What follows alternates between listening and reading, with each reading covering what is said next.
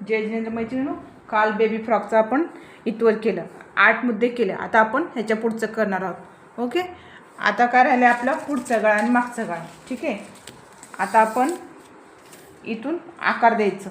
आपल्याला इथून 1 किंवा 1.5 इंच आपल्या मर्जीनुसार द्यायचं. आपल्याला केवढं द्यायचं आहे तेवढं.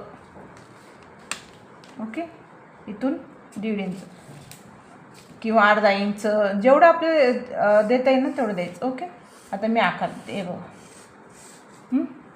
आता इथून उतारा म्हणून घ्यायचा आपल्याला खाली अर्धा इंच.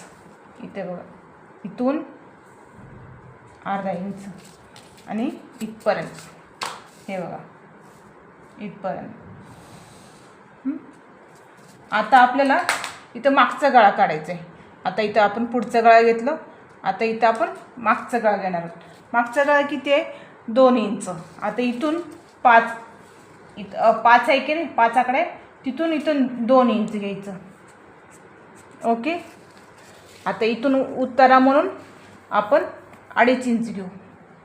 हो का, शोल्डर आपले लहान लेकराचं जेवढं आपल्याला घ्यायचे 2, 2.5 आपल्या मर्जीनुसार घ्यायचं, 2 किंवा 2.5. आता हे इथून आपण 1 इंच घेणार आहोत. ओके, आता मी गळ्याला शेप देते. हे फोल्ड करून दाखवते जेणेकरून तुम्हाला दिसेल. फोल्ड ह्याच्यासाठी केले मैत्रिणीनं, जेणेकरून तुम्हाला दिसेल म्हणून. 2, 2.5 आपल्याला जेवढं घ्यायचं तेवढं घ्यायचं, असं नाही की किती पण घ्यायचं. ओके, खूप सोपं आहे मैत्रिणीनं. मी काल तुम्हाला हे पेपर कटिंगचा अर्ध सांगितलं, त्याच्यानंतर मी स्वतः कटिंग केले आणि स्टिचिंग पण केले. आज माझं स्टिचिंग पण झालं. मी तुम्हाला दाखवते फ्रॉक किती सुंदर आणि व्यवस्थित झाले.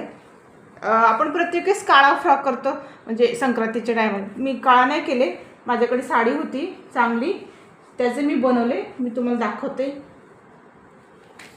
हे बघू शकता तुम्ही किती सुंदर झाले. मी आजच कटिंग केले, आजच स्टिचिंग केले.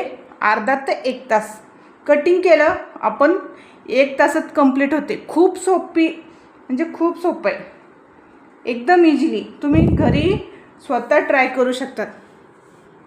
तुम्हाला काही प्रॉब्लेम असेल तर मला कमेंट करू शकतात, मला विचारू शकतात. मी तुम्हाला जे तुमचे विषय असतील अथवा तुम्हाला कुठे प्रॉब्लेम येत असेल तर मी ते सगळं तुम्हाला शेअर करेन. तुम्ही हे बघू शकतात. मी पहिलं नाही शिवले मैत्रिणीनो, कालच शिवले मी फ्रॉक. हे बघा, हाताला पण किती सुंदर डिझाईन घेतले. हे बघू शकतात. पाठीमागं आपल्या मर्जीनुसार असतं. आपल्याला हुक